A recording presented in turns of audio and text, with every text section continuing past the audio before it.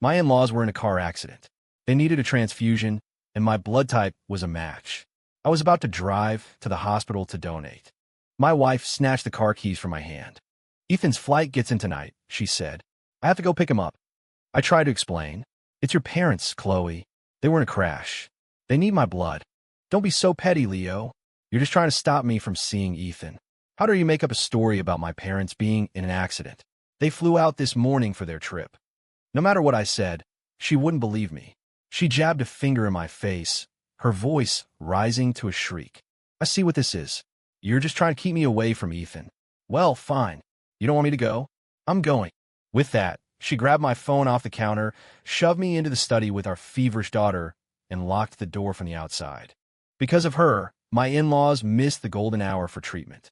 They never opened their eyes again.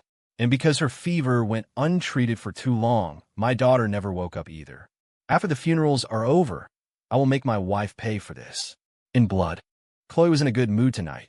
After her shower, she sat at her vanity, putting on a full face of makeup. She held a brand new dress up to the mirror, admiring it from every angle. Our daughter, Penny, toddled over to her, her little arms outstretched, wanting to be held. Chloe recoiled with a look of disgust, taking a step back to keep her distance. You got a cold. Don't get your snot all over me. I'm going out. I came out of the kitchen just in time to hear her. Where are you going so late? I asked, trying to keep my voice neutral. Chloe dodged Penny's grasp, her face souring. Ethan's back. I'm picking him up from the airport. Ethan Vance, her childhood sweetheart. I was about to say that Penny was sick, that she needed her mom. But I knew Chloe's temper. If I tried to stop her from going out tonight, she'd burn the house down. Seeing she was already on the verge of an explosion, I quickly scooped Penny into my arms. I tried to change the subject to tell her that her parents had called that afternoon. Their flight was rescheduled because of the weather. But before I could get the words out, my phone rang. An unknown number. Am I speaking with a family member of Robert and Linda Miller? It was the hospital. My in-laws had been in a severe car accident. Massive blood loss. They needed me to come down right away. The nurse on the line added that the hospital's blood bank was running low and asked if anyone in the family with a matching blood type could come donate. I remember my blood type was compatible with both of them. I hung up, handed Penny to Chloe, and reached for the keys on the counter. Seeing me leave Penny with her and grab the keys, Chloe shoved her daughter back at me. What do you think you're doing? The sudden push startled Penny, and she burst into tears. Chloe completely ignored her crying daughter. She stormed over and blocked my path. What's your problem, Leo? You know I need the car to go out, so you deliberately try to take it first? And you think you could just dump Penny on me? Time was critical. I didn't want to argue. I explained as quickly as I could. Your parents were in a car wreck. I have to get to the hospital to give blood. You stay here with Penny tonight. You can come in the morning. I tried to push past her, but she grabbed one of her slippers from the floor and threw it at my head. What the hell is wrong with you, Leo? Are you insane? Just to stop me from seeing Ethan, you're going to curse my parents? While I was raising a hand to my head, she lunged forward and snatched the keys from my grasp. You just don't want me to see him, do you? Your mind is so twisted. There's nothing going on between Ethan and me. If we wanted to be together, we would have gotten together years ago. I clutched my head, fighting back a wave of fury. This wasn't the time to lose my temper. Lives are on the line. It's really them. The hospital is out of their blood type. I have to go donate. Slap. Her hand cracked across my face. She glared at me, her eyes filled with venom. Shut up.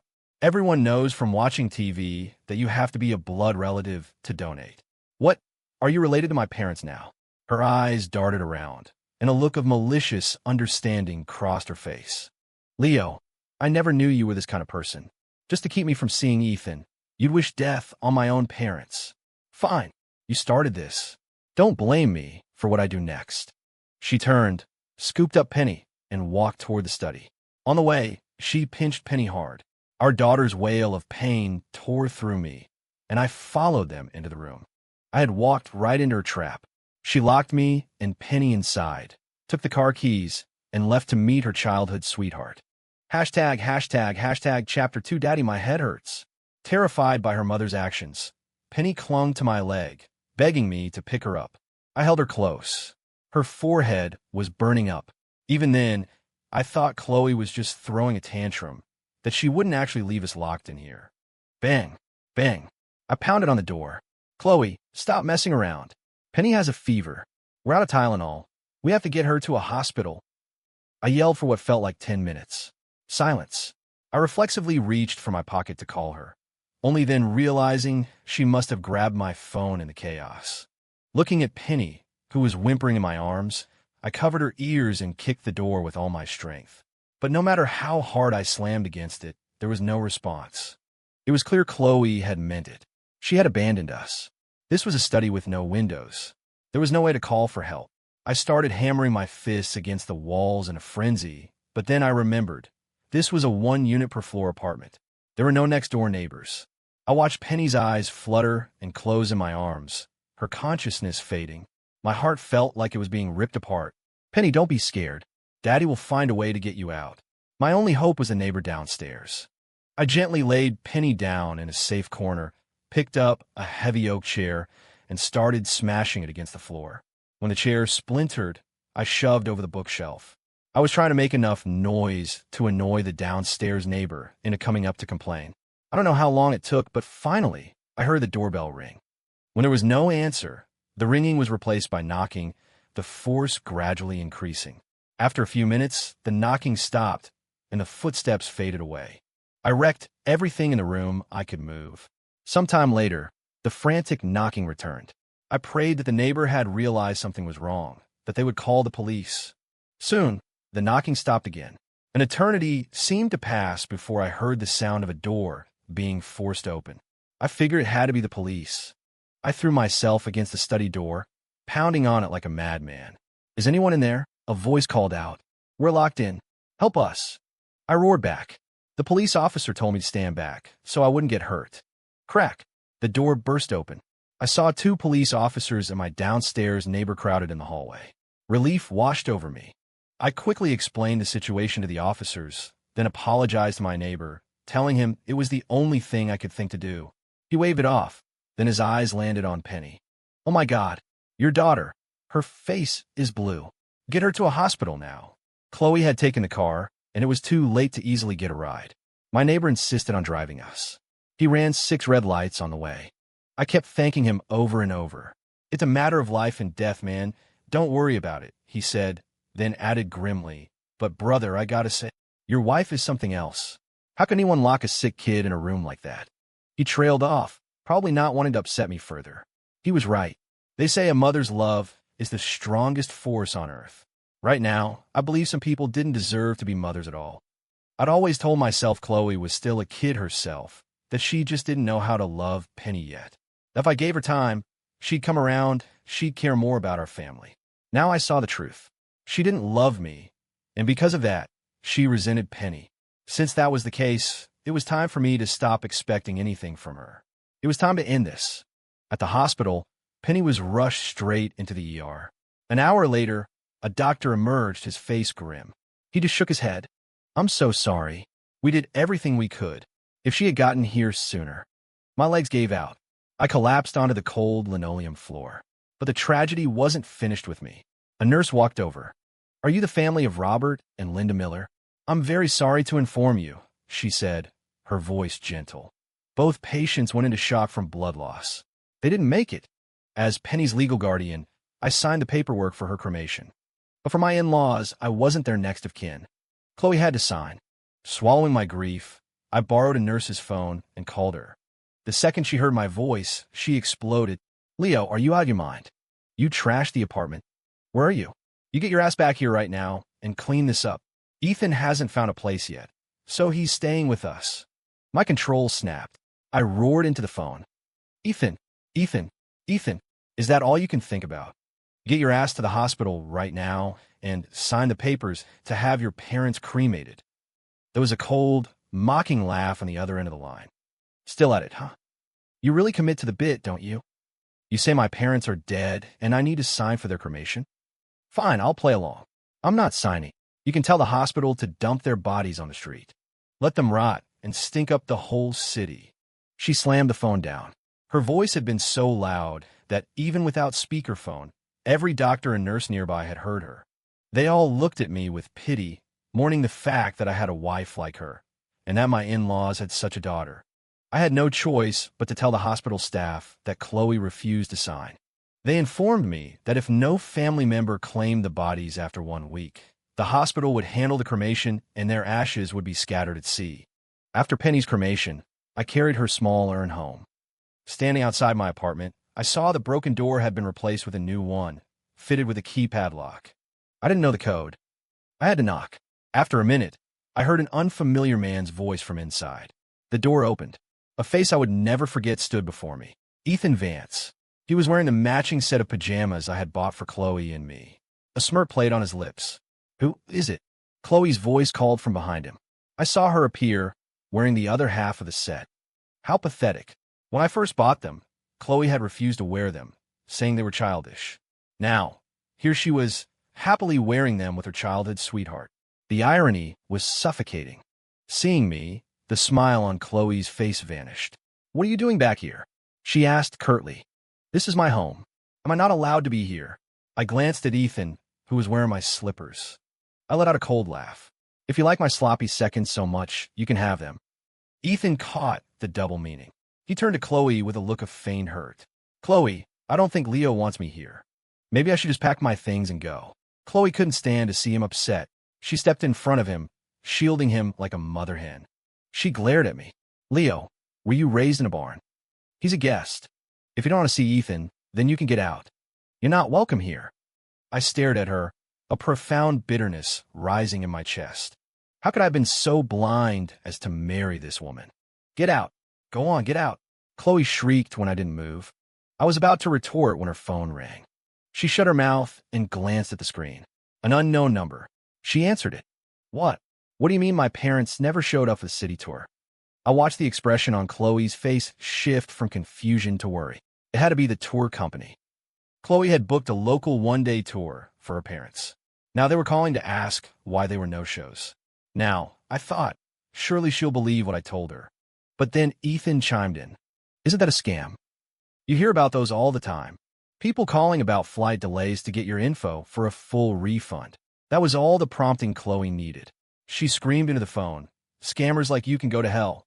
You know, with all the data breaches these days, it's easy for criminals to get your info," Ethan said, his tone reasonable and persuasive. "But why would they call you instead of your parents? Unless someone set this up on purpose." He guided her along, pointing the finger directly at me. Chloe hung up. Convinced Ethan was right, she glared at me. "This was you, wasn't it?" "What?" I was speechless. "What did I have to do with this?" "Leo, you're unbelievable. How did I never see what a vicious, toxic person you are?" So that was it. She still refused to believe her parents were dead. I was done arguing with her. I had come back for my phone and our marriage certificate. I'd already picked out a plot for Penny, and her burial was this afternoon. I started to walk past them into the apartment, but Ethan deliberately blocked my way. He pointed dramatically at the small urn I was clutching to my chest. Is that what I think it is? An urn?" He turned his head to Chloe. "Don't tell me Leo's going to say your parents' ashes are in that little box." I slapped his pointing hand away from Penny's urn. "Don't you dare point at her," I snarled. "These are my daughter's ashes." "Huh," Chloe laughed, a triumphant look on her face as if she'd caught me in a lie. "Leo, I know you've been shacked up with your mistress for the past 2 days, and you took Penny with you. You think I'm an idiot? Last night, Ethan happened to see the 3 of you out shopping together, and I was still here, being played for a fool. Seeing her so utterly convinced of my infidelity, I couldn't help but laugh. My life was a monotonous triangle: home, office, and Penny's daycare.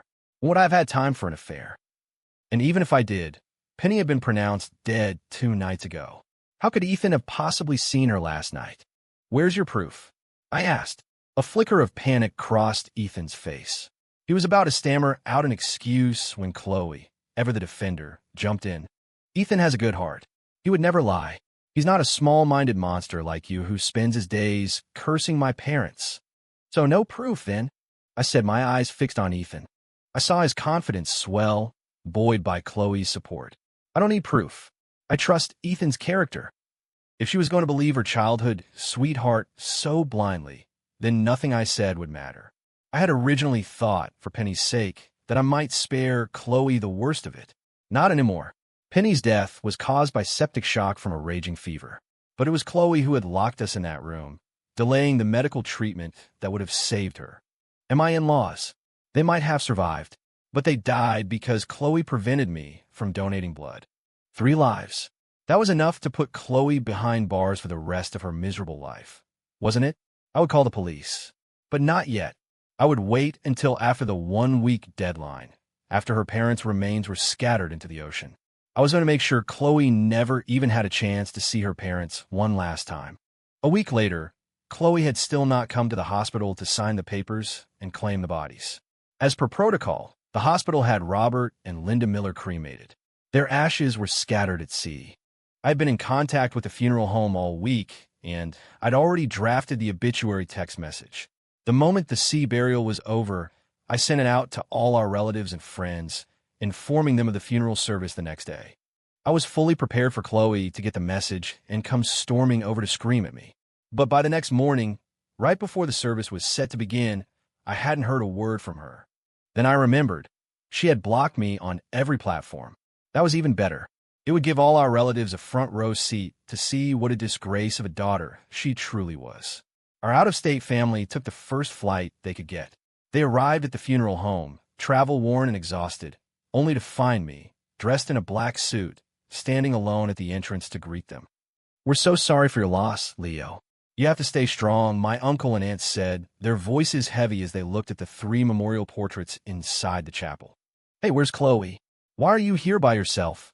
my cousin asked, looking around. "Oh, Chloe won't be coming," my younger cousin, Jenna, who had never gotten along with Chloe, said with a sneer, holding up her phone. "The ungrateful, which is out watching the sunrise. Must be nice.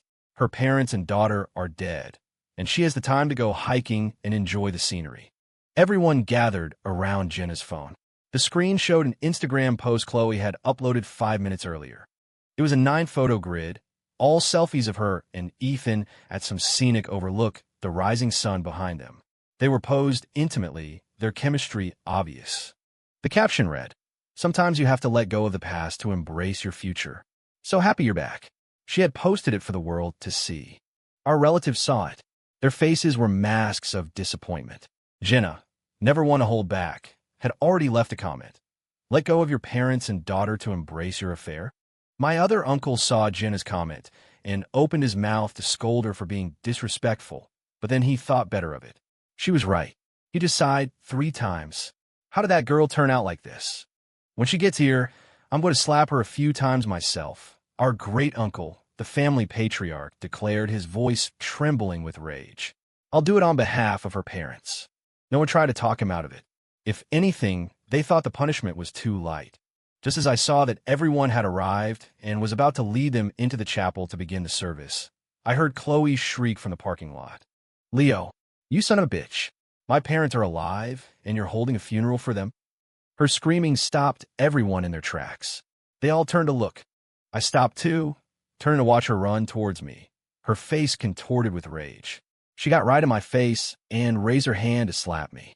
But before she could, my great-uncle swung his cane and cracked it hard against the back of her knees.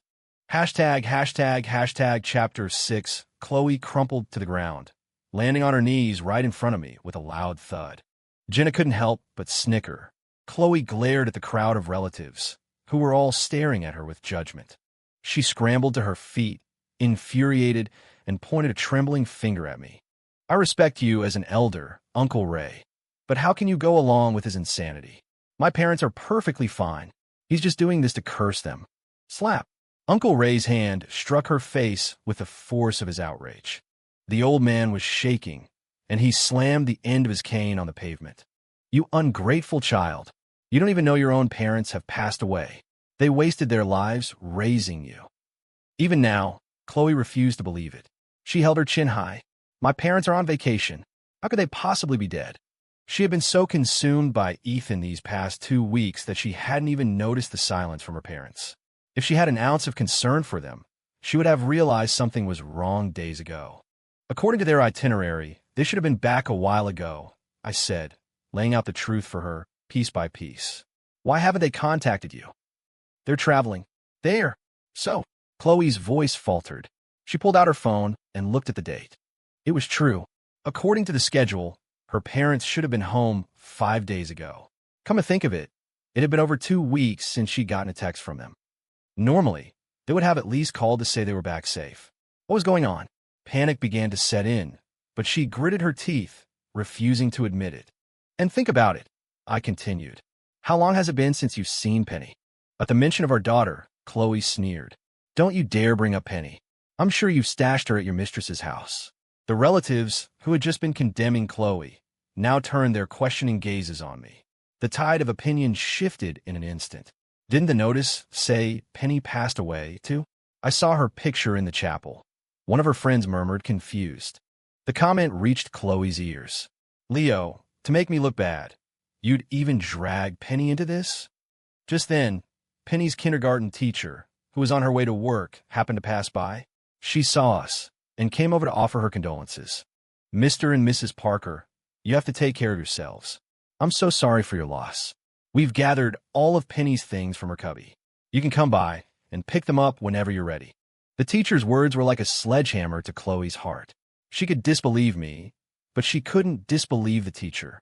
Teacher, my Penny, when did she? Chloe stammered, as if she'd forgotten how to speak. The teacher gave me a strange look, a silent question in her eyes. How could Penny's own mother not know? It was on the 1st of the month, I said, my voice flat. The 1st. Chloe's eyes bulged, looking as if they might pop out of her skull. She kept repeating the date, the 1st. The 1st. I helpfully reminded her, the night Ethan Vance came back to town. Because you locked us in the study, Penny's fever spiked, and she went into shock. And because there was no one to donate blood, your parents died, too. Impossible. Chloe screamed at me. Impossible. You're all lying to me. I'm going to call them right now. She frantically dialed her father's number. Ring, ring. A familiar ringtone echoed from inside the chapel. Chloe's head snapped up. That's my dad's ringtone. My dad's in there. Hashtag chapter 7. Hearing the ringtone was like finding a lifeline. Chloe shoved me aside and sprinted into the chapel. She followed the sound, her eyes darting around frantically. Finally, she traced it to the memorial display. There, in front of her father's portrait, was his urn. The ringing was coming from inside. She snatched the urn and pulled out her father's phone. As she did, she realized the urn was empty. There were no ashes inside. As if she'd caught me red-handed, she clapped her hands and laughed maniacally. See? Look, there are no ashes in the urn. Ha ha, my dad isn't dead. The other guests murmured, their confused eyes turning to me. Even Uncle Ray looked at me, his voice low. Leo, what's going on?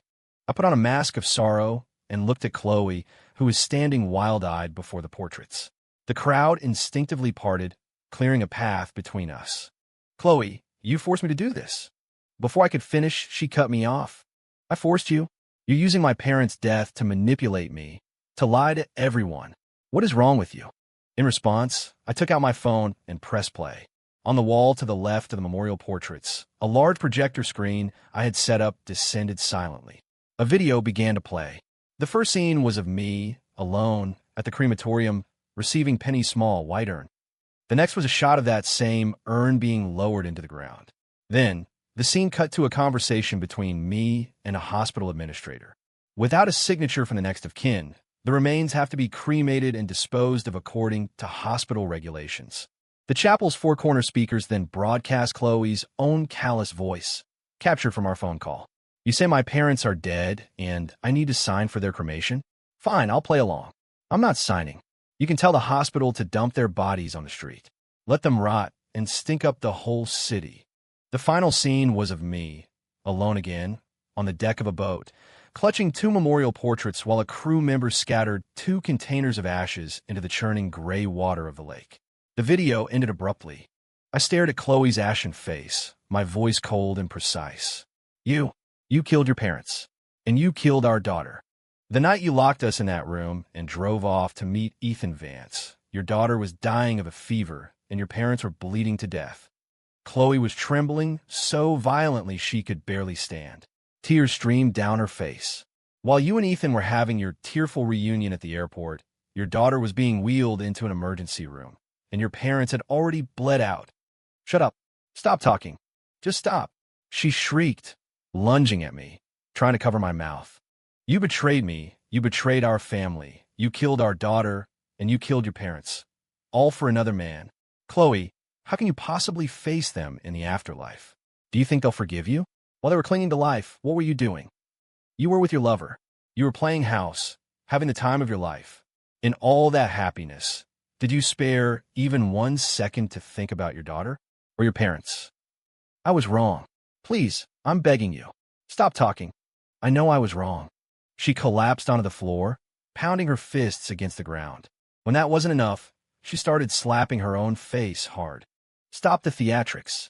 Even if you beat yourself to death right now, what good would it do? They're not coming back. Your daughter, your parents. They're gone forever, I said, my voice dripping with scorn as I watched her face swell and bleed.